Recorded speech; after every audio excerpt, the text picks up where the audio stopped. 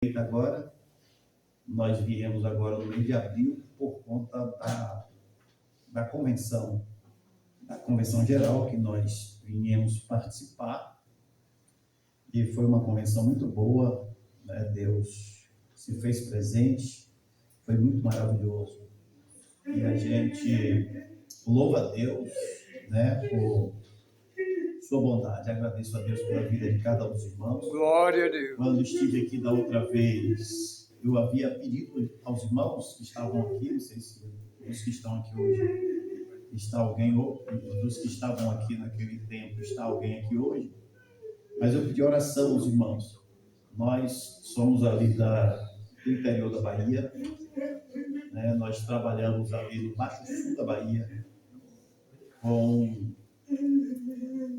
projeto missionário. Nós trabalhamos em um projeto missionário que é o projeto Igreja Verde. O projeto Igreja Verde é um projeto que alcança os povos das florestas, né? É o projeto que alcança os povos das florestas. Então esse é o nosso trabalho. A gente trabalha com as tribos quilombolas. Trabalhei cerca de 18 anos com tribos indígenas, os índios da tribo Pataxó. Saímos de lá, deixamos uma igreja com um obreiro nativo. Aleluia. Na tribo de Mata Medônia, é uma tribo Pataxó lá no sul da Bahia, no extremo sul da Bahia. E hoje nós estamos já há 6 anos e 3 meses trabalhando em uma comunidade chamada Orojó. Orojó é uma comunidade pequena, mas o nosso foco de trabalho é dentro das florestas. É onde a gente faz o trabalho. Nós estamos lá agora implantando uma base missionária, né? Estamos construindo e já estamos congregando nela já. Agora estamos fazendo as divisões de umas salas para que a gente possa implantar lá trabalho social. E eu quero pedir aos irmãos que orem por nós, né? Para que Deus continue abençoando. Não é um trabalho fácil, é um trabalho árduo, mas é gostoso de fazer, né? E Deus, ele tem nos abençoado. Nós temos alcançado, né, várias pessoas distantes dos centros, né? As frentes missionárias, eles trabalham, né, com alguns desafios, e os desafios que eles colocam como povos menos alcançados, né? As frentes missionárias, elas têm os ciganos, os índios, os quilombolas, os ribeirinhas, o sertanejo. Esse povo é o povo menos alcançado, né? E as frentes missionárias trabalham com esse povo. E a gente trabalha com os povos das florestas. E é muito importante quando nós temos a cobertura de oração. A oração é muito importante, pois a oração ajuda, né, nos ajuda, nos cobre, nos protege. A gente enfrenta muitas dificuldades. No dia que tiver a oportunidade de vir aqui com um tempo maior, a gente vai contar alguns testemunhos, algumas experiências que a gente enfrenta lá no trabalho missionário. Mas eu agradeço a Deus pela confiança, né, do pastor Edilson, de poder me ceder aqui a sua tribuna, o seu altar, para que pudéssemos aqui falar da primeira carta de Paulo aos Coríntios. Nós vamos ler os primeiros 3 versículos. 1 Coríntios, capítulo de número 3. Capítulo de número 13. 1 Coríntios, capítulo 13. Eu vou ler, que diz assim: ainda que eu falasse a língua dos homens e dos anjos e não tivesse amor, seria como metal que soa ou como sino que tine. E ainda que tivesse o dom de profecia e conhecesse todos os mistérios e toda a ciência, e ainda que tivesse toda a fé, de maneira tal que transportasse os montes, e não tivesse amor, nada seria.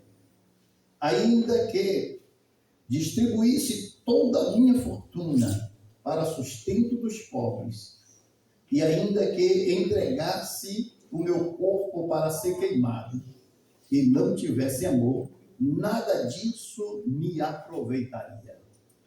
Glória a Deus. Meus amados e queridos irmãos, observando o que o apóstolo Paulo escreve nesse texto, e ele mostrando aqui a intensidade do amor, a profundidade do amor, a necessidade do amor, a importância do amor. O amor é o ponto fundamental do cristianismo. Não tem como haver cristianismo sem amor. O amor, ele é fundamental, faz parte da igreja. A igreja, ela precisa entender que o amor deve estar em primeiro lugar na vida de uma pessoa que serve ao Senhor Jesus. A gente observa que o apóstolo Paulo, ele traz, essa palavra tão forte relacionada à questão do amor. A Bíblia diz que Deus, ele amou o mundo de uma tal maneira que deu o seu Filho único para que todo aquele que nele crê não pereça, mas tenha vida eterna. Então Deus, ele não fala de amor apenas. Deus não fala de amor, mas ele dá o exemplo do amor. Ele não pede para poder fazer. Ele faz primeiro e depois ele pede. E a gente observa como é importante para nós entendermos essa questão do amor. Jesus foi enviado por Deus. E a Bíblia diz que Jesus, ele veio e, sendo Deus, mas ele se sujeitou, se humilhou, tomou forma de homem, veio viver como homem, conforme João, ele vai dizer que no princípio era o Verbo se fez carne e habitou entre nós. Então, Jesus, ele se humilhou ao ponto de descer, de chegar ao nível dos homens, simplesmente por conta de que os homens estavam perdidos. Jesus Cristo, ele veio para direcionar a vida dos homens. Jesus Cristo, ele veio para poder conduzir a vida dos homens novamente para Deus. Jesus, ele veio como uma ponte que liga o homem a Deus. A Bíblia diz assim: filhinhos, não pequeis, mas se porventura pecares, há um advogado entre vós e o vosso Deus, Jesus Cristo, o homem. Então Jesus, irmãos, ele deixou o seu trono, deixou a sua glória para poder vir. E um dos nomes dado a Jesus é Emanuel, que significa Deus conosco. Isso mostra a aproximação de Deus com a vida dos seres humanos. Jesus, ele veio disposto. Jesus, ele veio decidido. Jesus, ele veio com convicção de uma missão que ele precisava fazer nessa terra, que era resgatar a coroa da criação dos homens, ou seja, a coroa da criação de Deus, que é os homens. E Jesus, ele veio ao mundo dominado por Satanás, que tem o mundo como se o mundo fosse a sua casa, e ele tendo domínio de tudo aqui, e ele se torna o valente diante dos homens, porque os homens, eles não têm força suficiente para lutar com ele, porque ele é espiritual, ele tem essa vantagem. Mas a Bíblia diz que vindo mais valente do que ele, manieta o valente e toma todos os seus despojos. E quando Jesus ele veio, ele entrou na casa do valente, que era o que ele tinha como a sua casa ao mundo. E aqui Jesus ele amarrou Satanás. E ele tomou os despojos, que é a maior riqueza que Deus tem diante de tudo quanto ele criou, que é os homens. O amor de Deus para com as nossas vidas é algo, meus amados irmãos, que a gente não consegue acompanhar com a nossa mente, pois o amor de Deus é grande. Você percebe o amor de Deus quando você olha para você. Você percebe o amor de Deus quando você olha para a sua vida. E quando você olha para você, e muitos dos que estão no nosso meio hoje, que viveu uma vida terrível, que viveu uma vida jogada ao mundo, mas a Bíblia diz que nós não aceitamos a Jesus, mas foi Ele que nos aceitou. Glória a Deus. A Bíblia diz que Ele nos aceitou sendo nós ainda pecadores. Deus, Ele demonstra o seu amor quando manda o seu filho, e o seu filho demonstra amor quando Ele olha para os homens. E aí a Bíblia diz que Ele olha para os homens, e quando Ele vê o estado em que os homens se encontram, a Bíblia diz que Ele teve compaixão da vida dos homens. Então a gente, meus amados irmãos, que serve a Deus, que tivemos a oportunidade de ouvir o Evangelho e aceitar a Cristo como Salvador, nós temos motivo para poder adorar o nome dEle, glorificar o nome dEle, exaltar o nome dEle. Aleluia, porque nós estávamos perdidos. Nós estávamos perdidos. A Bíblia diz que quando Jesus ele veio para os seus. Ele veio para o povo de Israel. Ele veio para as ovelhas perdidas da casa do Pai, que era o povo de Israel. Mas a Bíblia diz que eles rejeitaram. Mas a Bíblia diz que todos aqueles que os receberam, foi-lhes dado o direito de serem chamados filhos de Deus. E a gente louva a Deus por isso. Porque nós estávamos, irmãos, apesar de não é que nós não éramos filhos de Deus, mas nós éramos filhos rebeldes. Mas a Bíblia diz que Jesus ele nos reconciliou. A Bíblia diz que nós éramos como um jamuzeiro bravo. Nós éramos como jamuzeiros bravos. Mas a Bíblia diz que esse jamuzeiro ele foi enxertado na videira verdadeira. Aleluia! E é por isso que nós temos motivo de poder ser feliz, de poder amar as outras pessoas, de poder, irmãos, estender a mão para a pessoa, independentemente de quem seja ela, independentemente do que ela faz, independentemente do que essa pessoa é. Porque às vezes é muito bom quando a gente aprende a amar quem nos ama.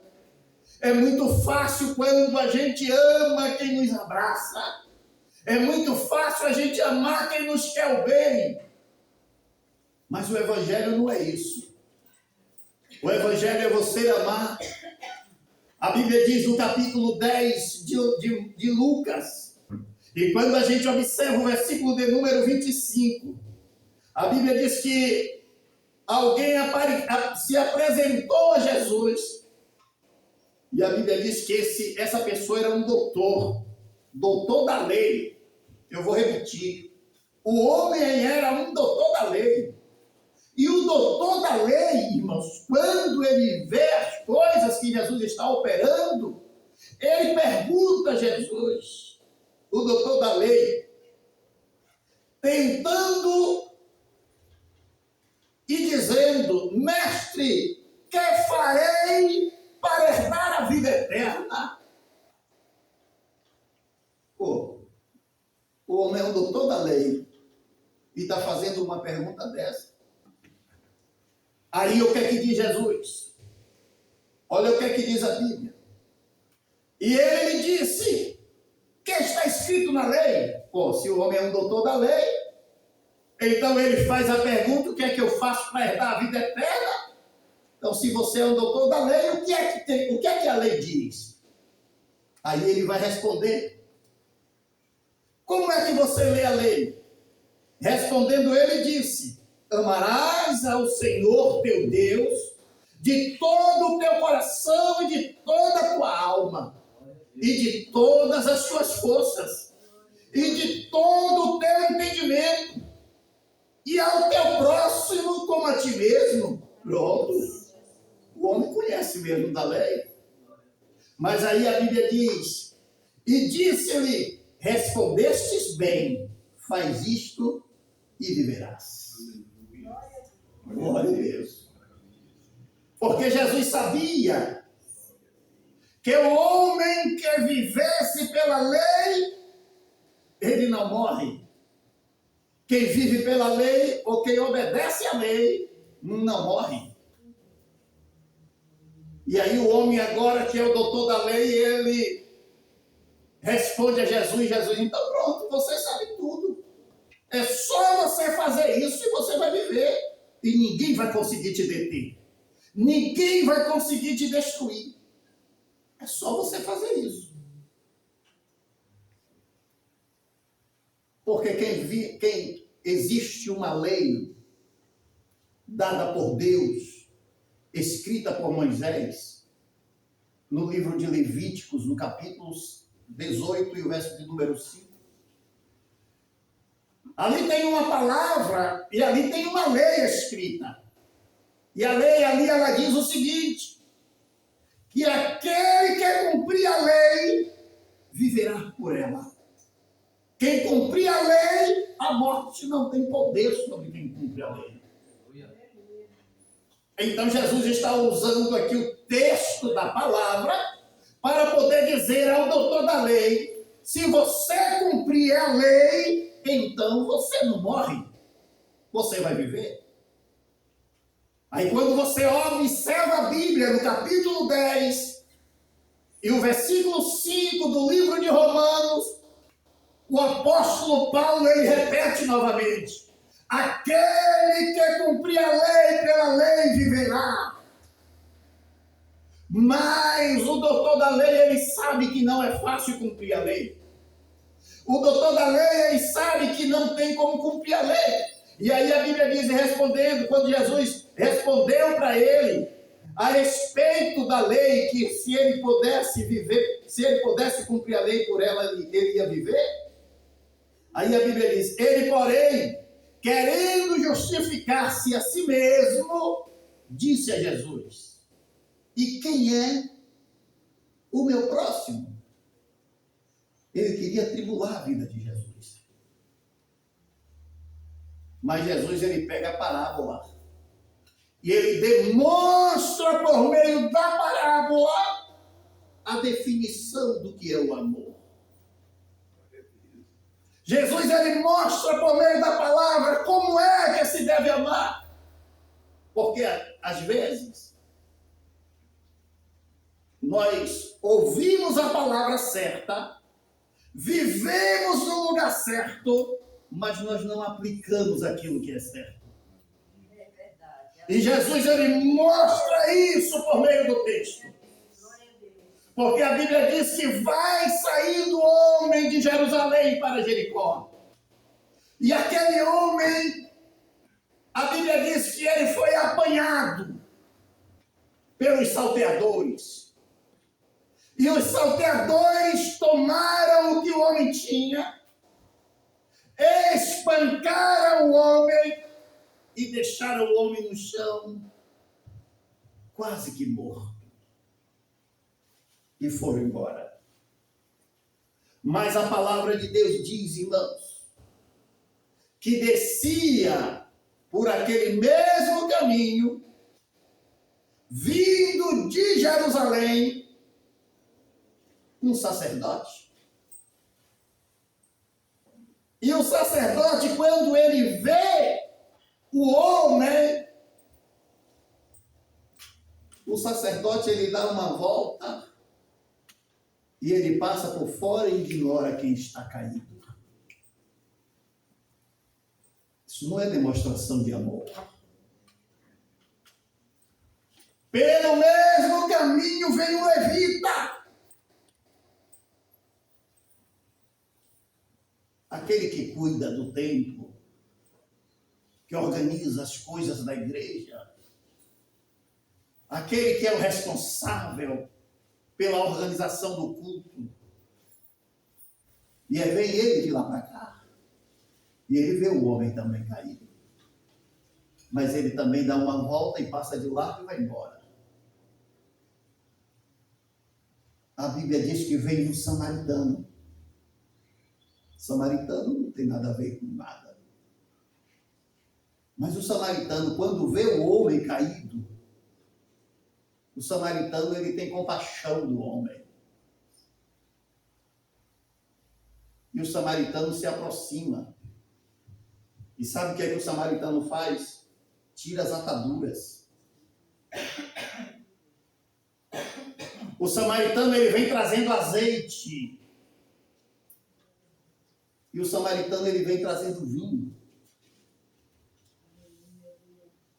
E ele ata as feridas do homem.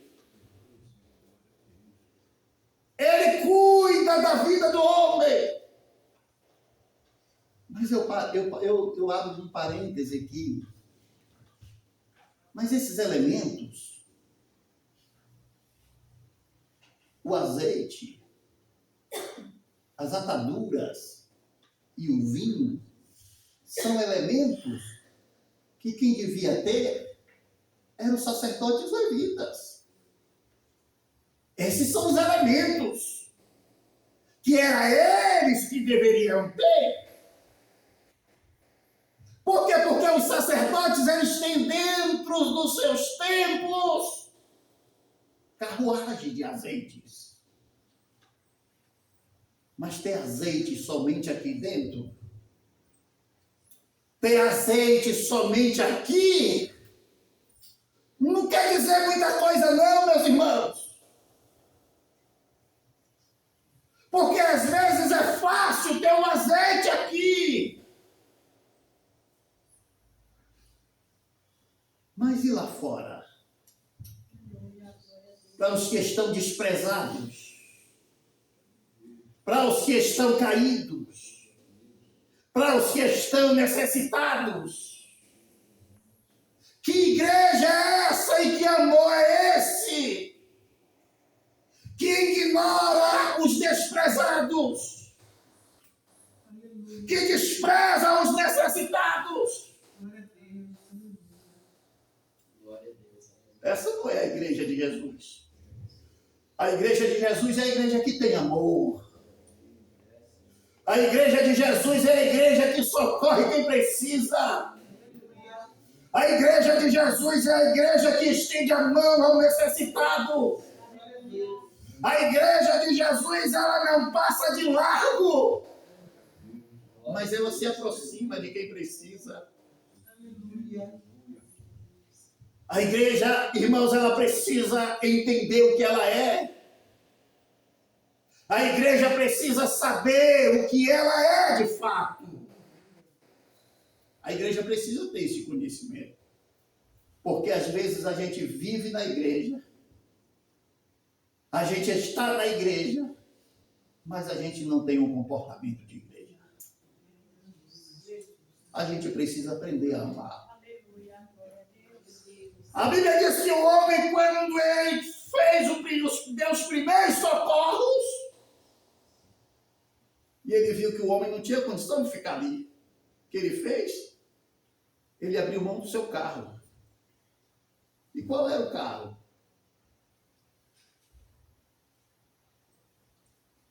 O seu cavalo. A gente aprende algumas coisas aqui com esse samaritano.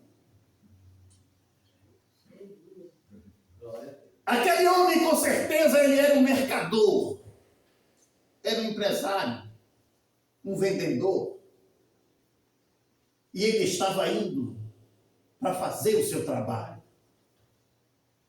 Mas quando ele viu o necessitado, a prioridade dele não era o trabalho dele. A prioridade dele era cuidar de quem estava caído. A primeira coisa que a gente aprende aqui é que o homem tempo para poder cuidar de alguém que está precisando. Sabe o que a igreja faz? A igreja às vezes nunca tem tempo. Por conta de um trabalho de domingo, de segunda, de terça, de quarta, de quinta, de sexta, de sábado. E se tivesse mais outro dia, trabalhava de novo, de manhã, de tarde, de noite, de madrugada, não parava de trabalhar. E aí a pessoa nunca tem tempo, irmãos. Você não ter tempo para cuidar de quem precisa. Eu quero te dizer uma coisa, você está perdendo o seu tempo aqui nesta casa. É necessário compreendermos que a gente precisa ter amor. A gente precisa ter tempo. A gente precisa ter tempo. A outra coisa que aquele homem faz, coloca o doente no seu carro. Abre mão dos seus bens. Aleluia. Para socorrer quem está precisando. Abre mão dos seus bens para poder socorrer quem precisa. Esse é o perfil da igreja. É o trabalho da igreja. A gente tem que aprender a amar. Jesus, ele está dando um show, está dando uma lição de amor tremenda aqui nesse texto. E eu vou correr por causa do meu tempo. O homem bota o homem na sua cavalgadura e leva. Chega numa pensão, ele pega o homem, ele precisava continuar o trabalho, já tinha dado os primeiros socorros, já levou o homem, e agora ele chama o hospedeiro e ele diz, eu vou te dar 2 dinheiros. Esse homem vai ficar aqui. Vou te adiantar aqui 2 dinheiros e eu vou seguir a minha viagem. Se porventura esse homem, ele precisar de alguma coisa, você pode socorrer ele. Você pode socorrer ele. Porque quando eu voltar de viagem, o que ficar devendo eu te pago. Aleluia. O homem abriu mão do seu tempo, abriu mão dos seus bens e abriu mão dos seus recursos financeiros para ajudar quem precisa. Isso é o quê? É o perfil da igreja, é o perfil de quem ama. É o perfil de quem ama, irmãos, o perfil de quem faz parte da igreja. Mas às vezes as pessoas, eu falo as pessoas, é força de expressão, que busca as coisas materiais e que quer. As pessoas, elas estudam, quer se tornarem gente grande, notória. Para quê? Se os seus recursos é para o seu bem prazer, é para o seu bel prazer. Viver aqui nesta terra e desse jeito, irmãos, é melhor que não tivesse nascido. Tem um texto forte da Bíblia, que a Bíblia diz o seguinte: se o homem nascer e ele tiver muito tempo de vida, e todo o tempo da sua vida, e se ele viver muitos anos, 100 anos ou mais anos, e ele aplicar a sua vida à vaidade, seria melhor se a sua mãe tivesse abortado do que ele tivesse nascido. Porque não vale a pena você viver muito nessa terra, ter muito dinheiro, ganhar muito dinheiro ou pouco e não socorrer quem precisa. Esse é o perfil da igreja. E aqui nós aprendemos, eu encerro, vou fechar aqui. Nós temos algumas tipologias aqui dentro desse contexto, porque aquele rapaz ferido, ele representa a igreja. O samaritano representa Cristo. O hospedeiro representa o Espírito Santo que cuida.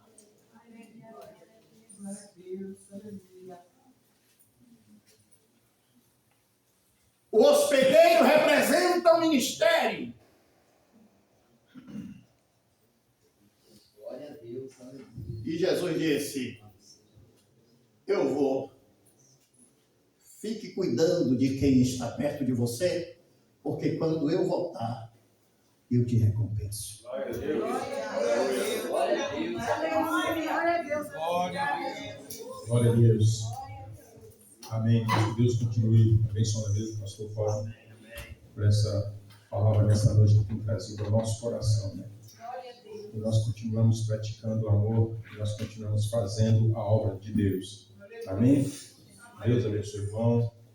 Deus abençoe a sua filha por estar aqui nessa noite também conosco. E vindo a São Paulo, você já sabe, né?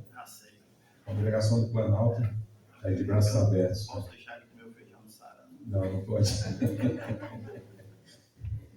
Amém? Vamos ficar de pé, irmãos. Vamos terminar. Amanhã tem um ciclo de oração, a partir das 19h30. Nossas irmãs estarão aqui orando amanhã. Amém? E aí, irmão? E lá vem o Fernando Pastor que convidou ele agora. Caramba.